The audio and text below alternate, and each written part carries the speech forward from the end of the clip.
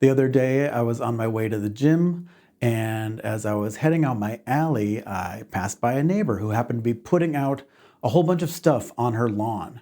And she was like, "Hey, come on over. All this stuff is free." And I'm like, "Okay, that's great. That's my favorite price. Let me go check it out." Looked around a little bit, but what caught my eye was something kind of unusual, and I want to share it with you. Leaning up against some stuff was this very cool map of the US. All of this, I'm going to try and get some raking light on it, is some very beautifully inlaid wood. All sorts of different colors and varieties, really nice size. You can kind of get a sense of the scale of it from here. And I was like, whoa, what is that? That is really cool. And I'm like, free? And she's like, free. And I'm like, I will take it.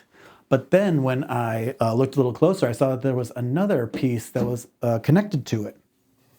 And that is this, which is a legend of the map. And basically, as you can see, it has all of the woods indicated for each of the states. So we've got some woods from Africa.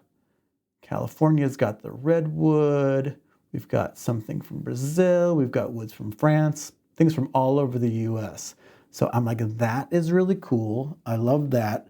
Really gives me the context for what I'm looking at as we are looking at this gorgeous map. So I'm like, free? And she's like, free, go ahead. So I took it and it is now mine. I did ask her before I left, I'm like, what is the story? Where did you get this? How did you find it? And she mentioned that it was actually made by a neighbor of hers, just a neighbor of ours, just a couple of blocks away, an older gentleman who had passed away a few years earlier.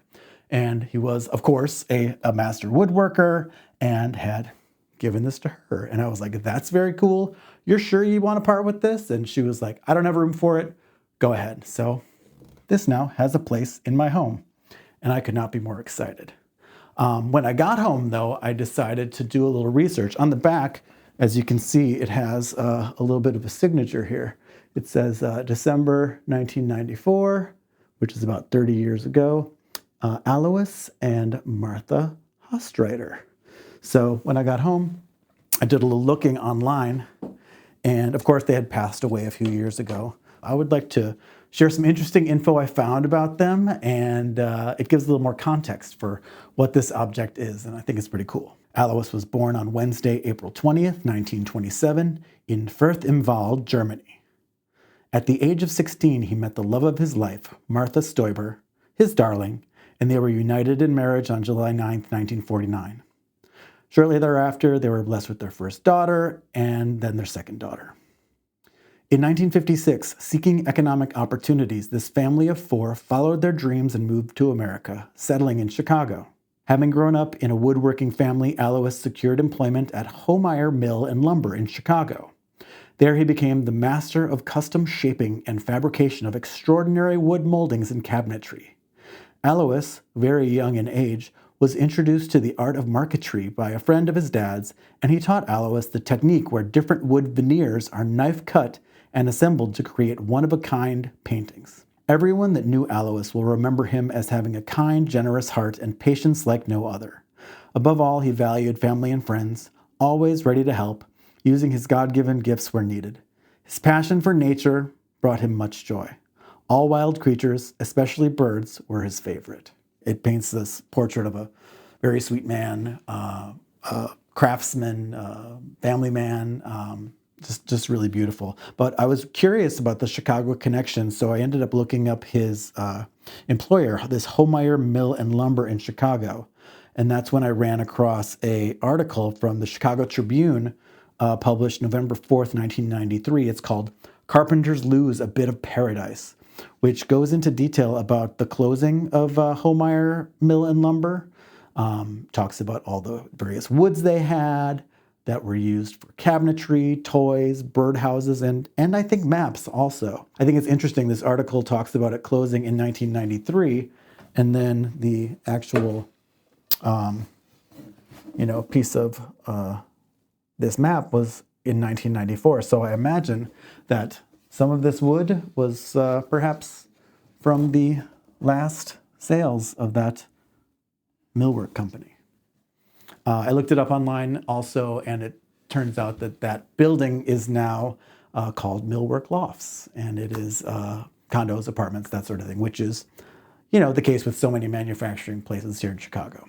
The other thing I did was I looked online for some information about Martha. While Alois secured employment at Hohmeier Mill and Lumber, Martha found gainful employment at Denoyer-Geppert, where she painted anatomical models and charts for health and education. Everyone who knew Martha will remember her love of family, her sense of humor, and the many life lessons she taught each generation of her family. Again, a beautiful life. Again, another creative person painting anatomical models, which I think is really cool. But I also looked at her employer, this Denoyer-Geppert, and found a couple of things. One, they didn't just do anatomical models, they were also a map-making company, which made me think, oh, well, actually, that reminds me of this map, which, when I looked closer, saw that it was made by Denoyer-Geppert, which is the company that Martha worked for. So I love that. I love that this is like the piece of Martha and this is the piece of Alois, and they signed it together as a labor of creativity and love together. I think that's really nice. I looked online at Denoyer-Geppert as well, and it turns out they used to be just a couple of blocks away over here on Ravenswood. And the house where Alois and Martha lived was just a block away over there on Paulina. So I feel like I'm really in the world that they lived in during their lives here as immigrants in Chicago, living during like a manufacturing heyday and being a part of the community. I think it's really special. So I don't know a lot about Alois and Martha aside from what I read in their obituaries and what I learned online by reading about where they worked, but I can surmise a few things. They grew up in Germany in the 1920s and 30s, which is in the shadow of World War I. They lived there in the 40s during World War II, and they moved away to the United States in the 50s. So they had a childhood that I can imagine was full of change and trauma and challenge. So they moved to the United States, and they moved to Chicago specifically and became involved in manufacturing, in business, in some of the things that make Chicago, one of the largest cities in the US and make it a really important place. One way of maybe thinking about this work of art is that this is a vision of their America. This is where pieces of, nature from all over the world, from Africa, South America, Brazil, the United States, Canada, Russia, comes together and forms a beautiful sort of tapestry. I think there's a certain poetry in their idea of what the immigration experience could be and the hope that it provided and the beauty that can come out of it. I love that this and this are the story of a couple and their journey to the United States, their journey with the family, their journey in Chicago, being part of the neighborhood that I now live in. And I really am appreciative to Martha and Alois and to my neighbor for letting me have this. I will definitely be a good steward of this beautiful work and will continue to treasure it. And I want to share the story because I think it's an interesting story. I think it's a hopeful story in a lot of ways, and I'm happy to have a chance to share it with you. Oh, and there is one more thing. There's a little bit of a mystery I'm wondering if you can help me solve. The states are all labeled here on this, but we'll see that there is, where it says lakes are on the Great Lakes, there is in fact no label for what kind of wood that is. And on the actual piece, you'll see that the Great Lakes are, in fact, carved into the marquetry of the wood.